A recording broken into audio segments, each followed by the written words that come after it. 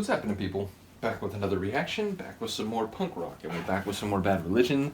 The rustling you will hear off camera is my cat playing inside a box.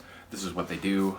So yeah, I apologize if that's aurally distracting. Nevertheless, we're going to listen to End of History from their 2019 album Age of Unreason. Okay, so I'm a historian. I got my graduate degree. I specialized in late 18th and early 19th century history as it relates to interactions between the Muskogee peoples or the Creek tribe and the early fledgling United States government, as well as the colonial Spanish government, as well as like state governments. So I have like a hyper-specific focus. But I mentioned before, when you get a graduate degree in history, you have to study different eras, and you also, especially, have to go through multiple history theory classes or historical theory classes.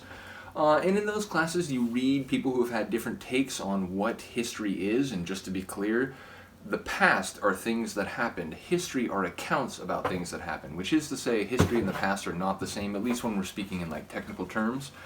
And so yeah, you learn about different people, whether, you know, historians in the modern sense, which basically starts with like Leopold von Ranke, as well as some others in the late 19th century, but ultimately, you know, there are philosophers going back much farther than that who've had opinions about human history and you know, the way people talk about the past. One of the essays I ended up reading in my graduate time was an essay by Francis Fukuyama, 1989, and it's called The End of History. He then wrote a book a few years later, which is like The End of History and the Something Man, or The Man of Something.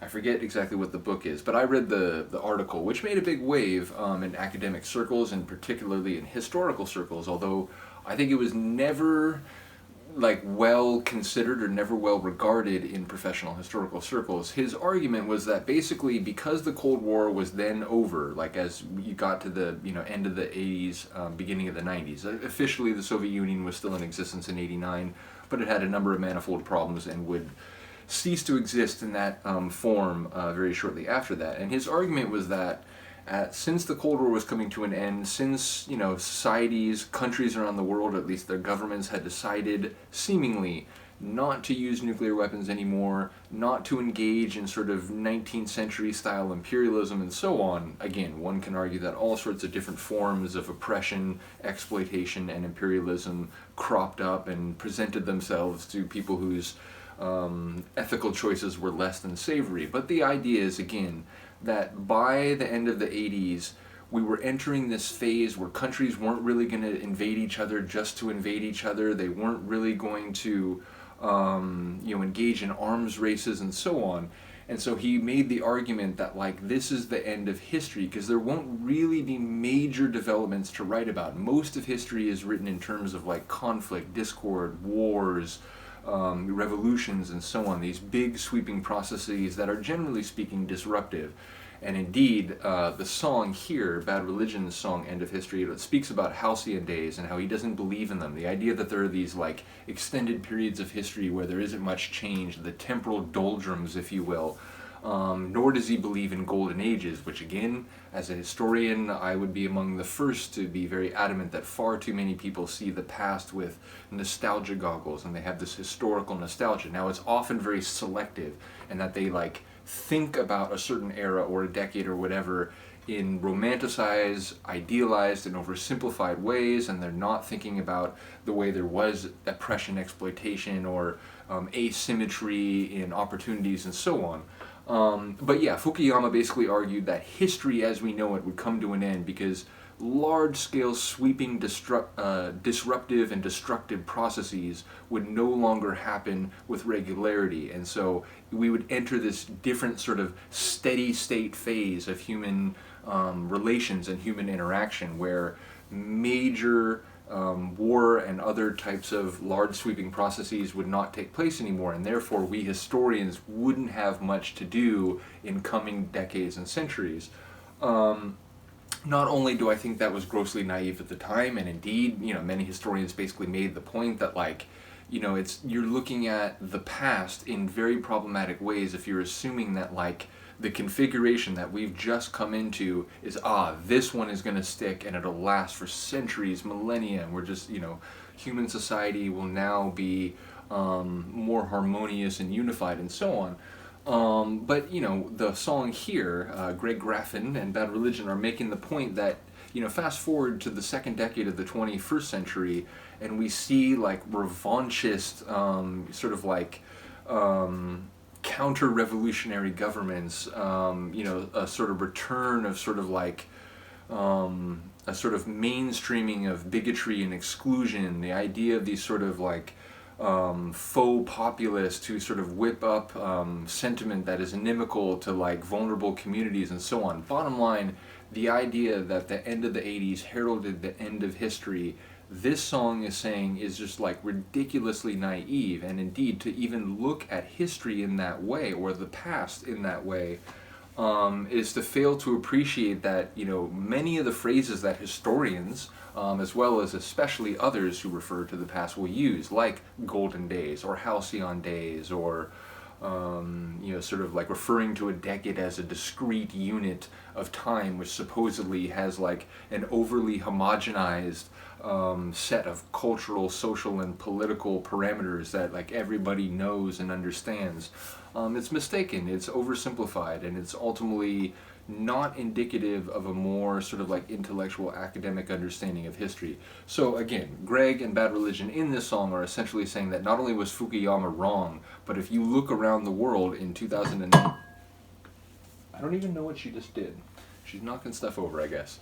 But yeah, if you look around the world in 2019 or 2022, again, you see like right-wing revanchist governments that are keen to, you know, start building weapons again, and imperialism is coming back into fashion and so on. So it seems not only flawed fundamentally, but even going with the premise, the empirical results of the last 20 plus years suggest, or 30 plus years I should say, suggest that he was off the mark in a more evidentiary way as well. In any case, I'm going to see what the hell my cat's doing, and we're going to start the tune. So this is Bad Religion, the track is End of History, and it's from their 2019 album, Age of Unreason.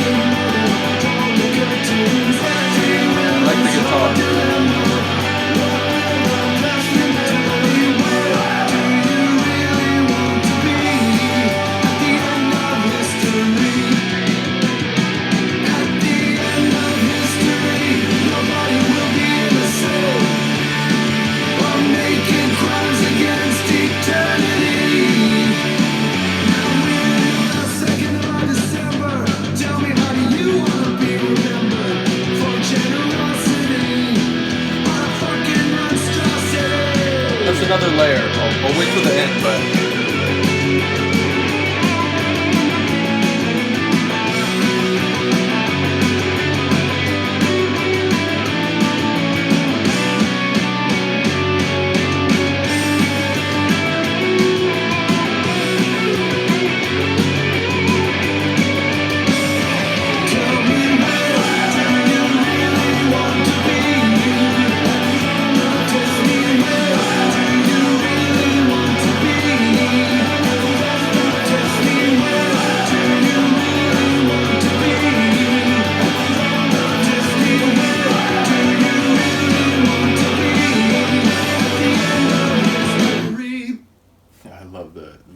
voice at the end of that. Yeah, there's another layer though that I wasn't remembering, and again, as I was telling Ryan, who I totally like forgot as I started the video. This is a request. Shout out to Ryan. Yeah, bottom line, one of my favorite friends of the channel. But yeah, he had requested this track, and like he basically said, "End of history review," and I was like, "Oh, so you're talking about the Fukuyama article?" And he was like, "Or the Bad Religion song on their most recent album. Either way." I was like, "Oh shit, right, my bad." But yeah, as I told him at the time, I know this album, I have heard it, but I just haven't spent as much time listening to it. So like whether it's the song title or a lyrical layer in a tune, yeah, I don't remember it as well. I haven't like ingrained it as well as most of their other albums. And that layer, the idea that it's not just about the end of history, but it's about the idea that like, even going with the premise, let's say we're in this millenarian moment where we're about to come to the end of history as we understand it, or maybe completely overall. Well, what do you want your legacy to be? Do you want your legacy to be one of kindness and charity, or one where like you were okay with throwing kids in cages because they happen to come from somewhere else? Like, it's this idea that like, if this really were the last moment in history, are the actions that we're seeing, or maybe even that you're doing, are they reflective of what you would want to be remembered for if this really is the twilight of our species and so on, or the twilight of, you know, history as we know it? So yeah, I feel like there is a layer in there that it's about like, you know, how will we be remembered in history, which again are accounts about the past, not just the past itself. So yeah, I feel like there's a suggestion that like, okay, well, if we were to go with this premise, what we're seeing is not what you would expect to or want to see. So yeah, like I said, I think the track works on a few different levels, although I do think the sort of reference to the Fukuyama essay is explicit and intentional. So yeah, let me know what you think of the tune. Once again, shout out to Ryan, shout out to Bad Religion. I mentioned it before. The fact that they still make awesome and thought-provoking songs more than 40 years later. You know, I've been listening to a few groups now, Depeche Mode, Duran Duran, some others that have been around 40 years or more. But you know, I feel like with a punk band that's a lot less common. So yeah, once again, shout out to Bad Religion. Always will be one of my favorite groups. Let me know what you think of this tune. I'll see you next time. Peace.